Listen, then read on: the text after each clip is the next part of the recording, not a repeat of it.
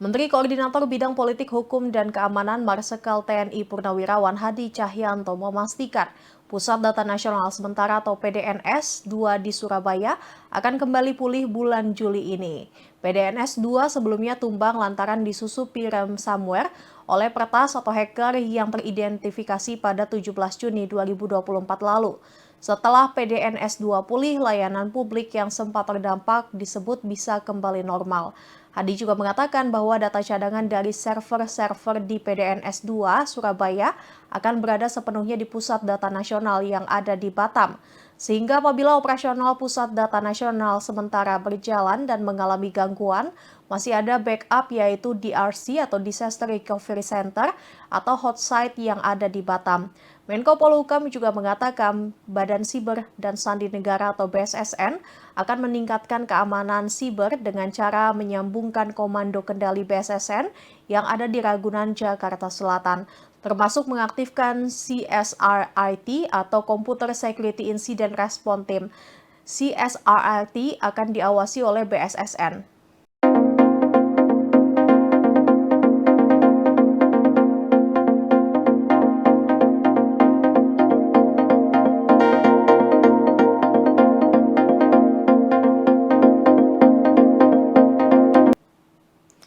Keputusan Partai Keadilan Sejahtera atau PKS mendorong kadernya Sohibul Iman menjadi pendamping Anies Baswedan di Pilkada DKI Jakarta 2024 memicu gerak politik dua partai politik lain.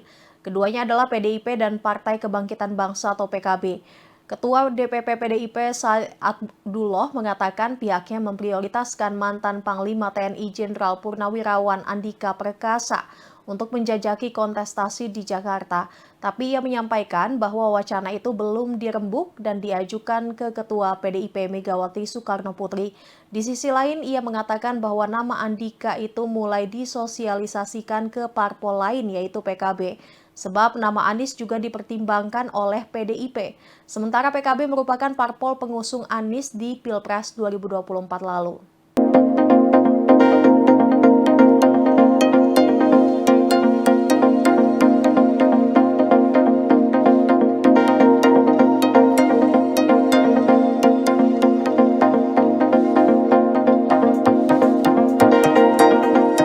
Kelompok pejuang Palestina Jihad Islam menembakkan rentetan roket ke Israel pada Senin 1 Juli. Hal itu dilakukan lantaran tank-tank Israel bergerak maju lebih dalam ke beberapa wilayah di Gaza.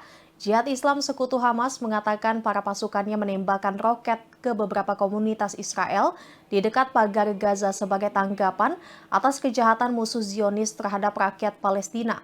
Tembakan sekitar 20 roket itu, kata militer Israel, tidak menimbulkan korban jiwa. Namun serangan tersebut menunjukkan bahwa kelompok itu masih memiliki kemampuan roket hampir 9 bulan setelah serangan yang menurut Israel bertujuan untuk menetralisir ancaman terhadapnya. Penduduk di beberapa lingkungan di timur Khan Younis yang berada di selatan Gaza mengatakan mereka telah menerima pesan audio dari nomor telepon Israel yang memerintahkan mereka untuk meninggalkan rumah. Sebagaimana diberitakan Reuters pada Selasa 2 Juli, beberapa orang berpendapat bahwa hal ini bisa berarti pasukan Israel akan kembali ke daerah tersebut yang mereka tinggalkan beberapa minggu lalu. Militer Israel mengatakan dalam sebuah pernyataan pada Senin sebelumnya bahwa roket ditembakkan dari daerah Khan Younis.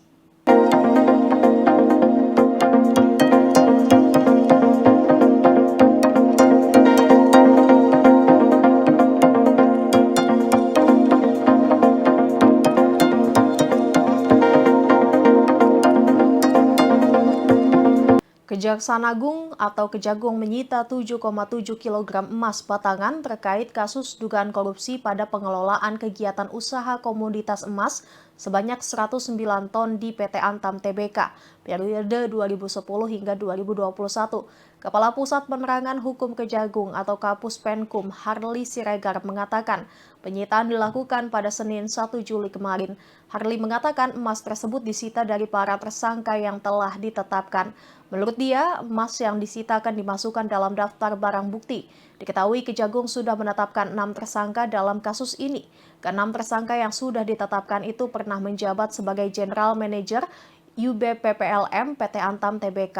Direktur Penyidikan Jampitsus Kejagung Kuntadi sebelumnya menjelaskan para tersangka telah menyalahgunaan kewenangannya dengan melakukan aktivitas manufaktur ilegal. Mereka memberikan cap merek logo Antam terhadap 109 ton emas yang diperoleh secara ilegal.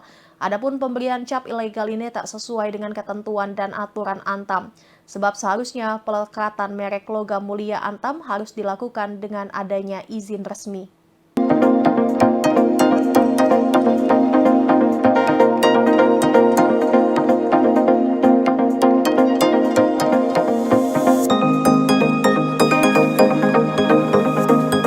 Menteri Luar Negeri RI Retno Marsudi menyuarakan pentingnya keterlibatan perempuan dalam pembangunan perekonomian di Afghanistan.